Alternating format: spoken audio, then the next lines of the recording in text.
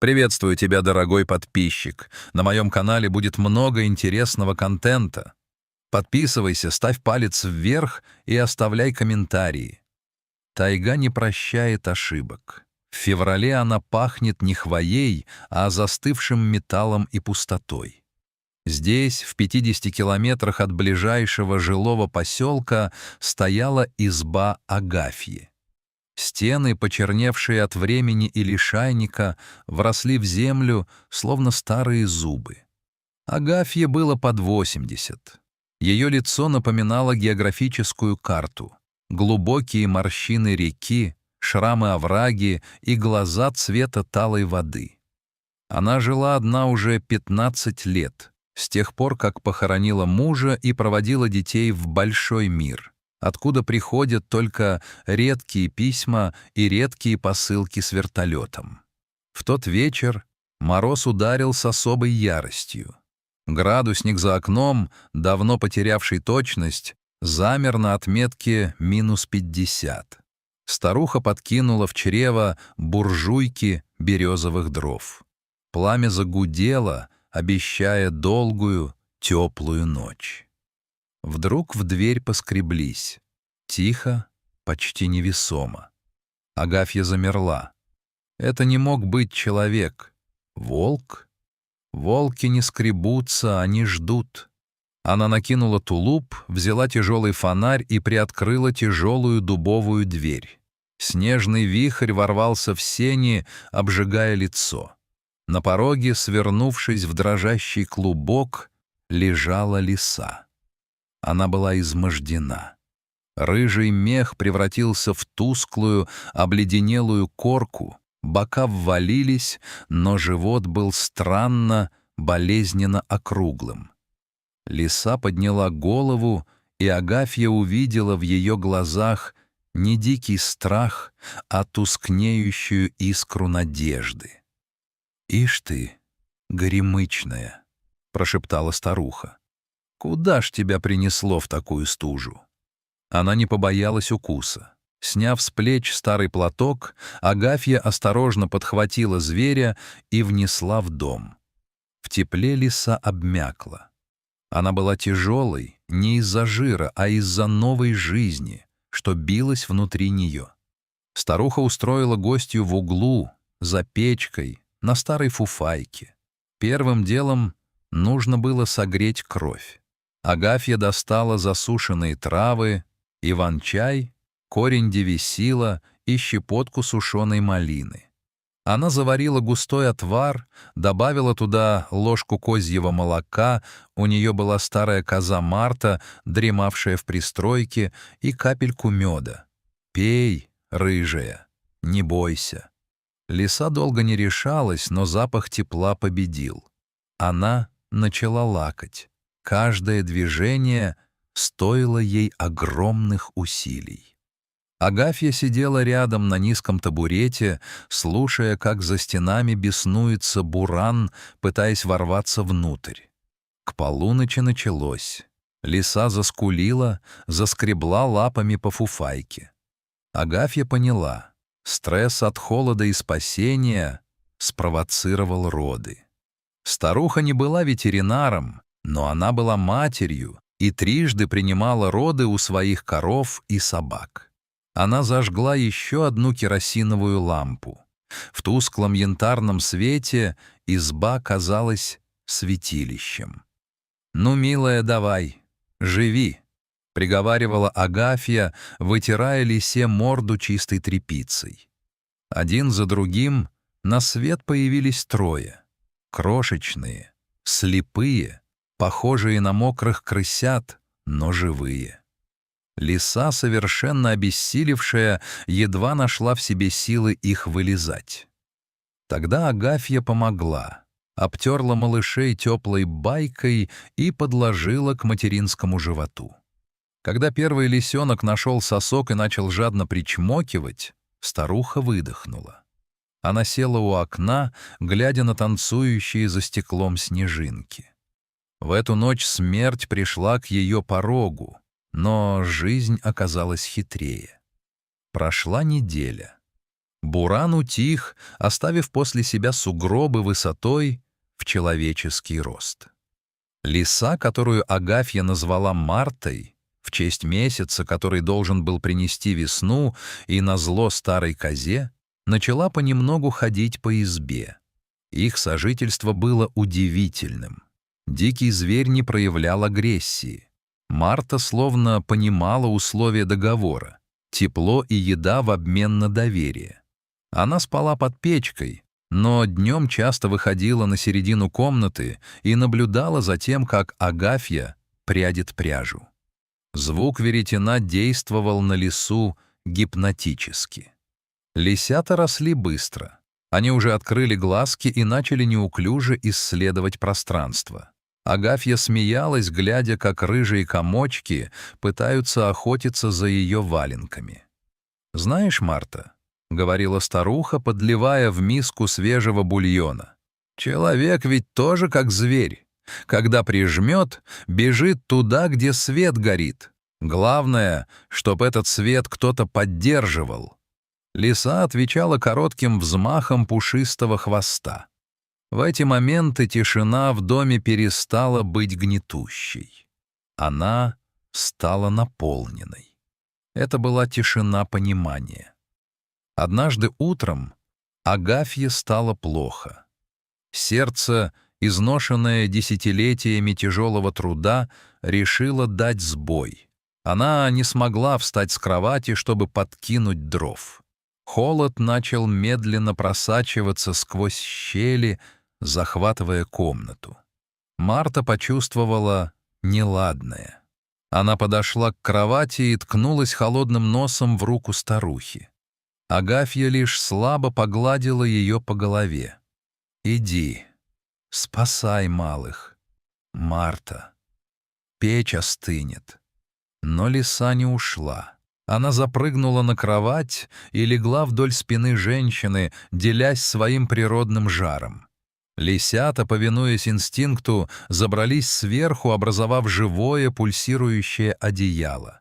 Это было чудо, которое не опишешь в учебниках биологии. Дикая природа возвращала долг. Несколько часов они лежали так, пока приступ не отпустил и к пальцам Агафьи не вернулась чувствительность.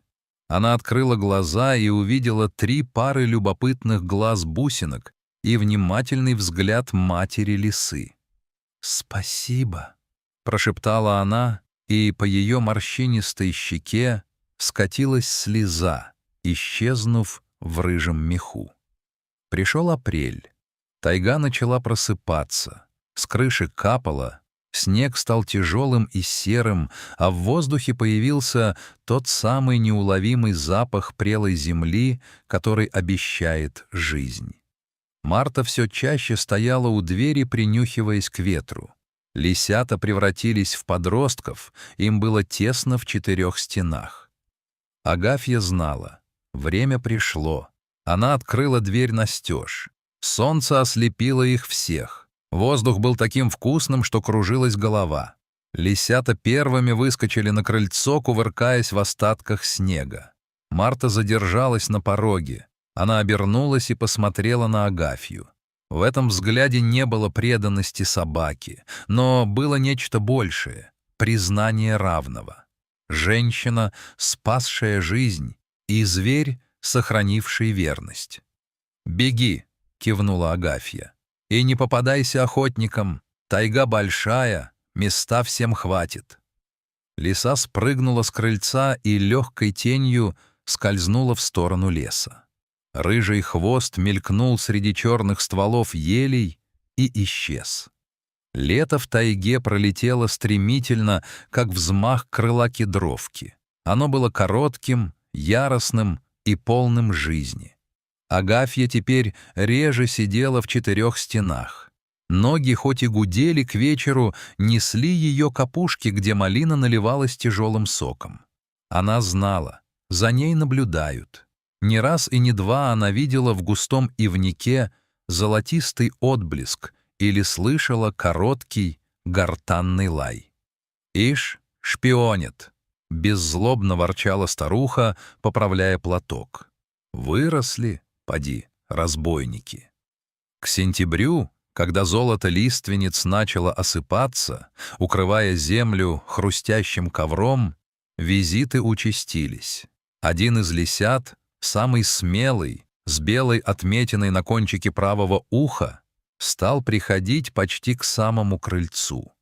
Агафья прозвала его Белоух. Он не просил еды, он просто сидел на безопасном расстоянии, склонив голову, и слушал, как старуха поет свои старые, забытые миром песни, развешивая сушиться грибы. Но тайга — это не только колыбель, но и поле битвы. В октябре, когда первый заморозок сковал лужи зеркальной коркой, пришла беда. К избушке Агафьи прибился незваный гость. Это был старый, опаленный боями волк-одиночка. Его выгнали из стаи, и голод выел его изнутри, оставив только ярость и кости. Он кружил вокруг избы 3 дня. Коза Марта в своем загоне металась, чуя запах смерти, а Агафья крепче запирала засовы и держала под рукой старое ружье, в котором остался последний патрон с солью, больше для шума, чем для дела. В ту ночь луна была огромной и холодной, как ледяной глаз. Агафья проснулась от страшного визга. Это не был волчий вой. Это был крик боли и отчаяния, лисий крик. Старуха, забыв про возраст и страх, накинула тулуп и выскочила на крыльцо. В лунном свете она увидела страшную картину. Серый великан прижал к поленнице того самого Белоуха. Молодой лис защищал вход в подпол избы, где, видимо, учуял старые запасы, но силы были слишком неравны. «А ну, пошел прочь, Ирод!» — закричала Агафья, вскидывая ружье. Грянул выстрел, соль хлестнула по мерзлым бревнам. Волк отпрянул, оскалившись, его глаза горели желтым огнем ненависти. Он припал к земле, готовясь к прыжку на старуху. Но в этот миг из темноты леса, словно рыжая молния, вылетела Марта. Она была вдвое меньше волка, но в ней горела ярость матери и защитницы. Лиса вцепилась врагу в загривок, отвлекая его внимание. Белоух, почувствовав поддержку, извернулся и впился в лапу хищника. Это была безумная, кинематографическая пляска теней на белом снегу. Агафья металась по крыльцу, понимая, что в рукопашную ей не вступить, и тогда она схватила стоявшее в сенях ведро с дегтем и зажженную лучину. «Получай, нечисть!» Она плеснула в сторону волка горящей ветошью, наткнувшейся на сухое дерево. Яркая вспышка и запах гари испугали зверя больше, чем выстрел. Волк, скуля от боли и неожиданности, бросил добычу и скрылся в темноте леса. Тишина вернулась так же внезапно, как и нарушилась. Только тяжелое дыхание и запах сжженной шерсти висели в воздухе. Марта стояла над сыном, тяжело дыша. Ее бок был распорот когтем, а мех слипся от крови. Белоух скулил, прижимаясь к земле. Агафья спустилась с крыльца. Она не боялась. Она подошла к лисе и опустилась на колени прямо в снег. «Ох, девочка моя, опять мы с тобой в лазарет играть будем». В ту ночь ковчег снова открыл свои двери. Лиса не сопротивлялась, когда старуха заносила ее внутрь. На этот раз не было бурана, была лишь тихая работа человеческих рук. Агафья промывала раны отваром коры, ивы и хвои, зашивала их старой костяной иглой, приговаривая ласковые слова. Лисята, уже почти взрослые звери, сидели под окном всю ночь, охраняя покой дома. Они не ушли в лес. Они ждали. Прошел еще год. Агафья стала совсем слаба, но глаза ее светились миром. Теперь в тайге ее знали не как одинокую старуху, а как хозяйку рыжего племени. Когда к ней раз в полгода наведывался инспектор охотнадзора на снегоходе, он диву давался. Вокруг избы все было истоптано лисьими следами, а на крыльце, прямо рядом с валенками Агафьи, грелась на солнце старая лиса с характерным шрамом на боку. «Ты бы осторожней, мать», — говорил инспектор, выгружая крупу. «Зверь ведь инстинкт возьмет, и поминай, как звали». Агафья лишь улыбалась, помешивая чай в закопченном чайнике. «Инстинкт, сынок, он разный бывает. Бывает такой, что глотку рвет, а бывает такой, что сердце греет. Мои рыжие знают, где их дом. И пока в этом доме горит печь, никакая зима нам не страшна». Когда инспектор уезжал, он долго оглядывался на маленькую точку среди бескрайней тайги. Ему казалось, что от этой избушки исходит такое тепло, которое способно растопить льды всей планеты. Ведь в мире, где каждый сам за себя, нет ничего сильнее, чем два существа, решивших однажды просто не бросать друг друга в беде. Любовь — это и есть единственный дом, который невозможно разрушить даже самым лютым морозом.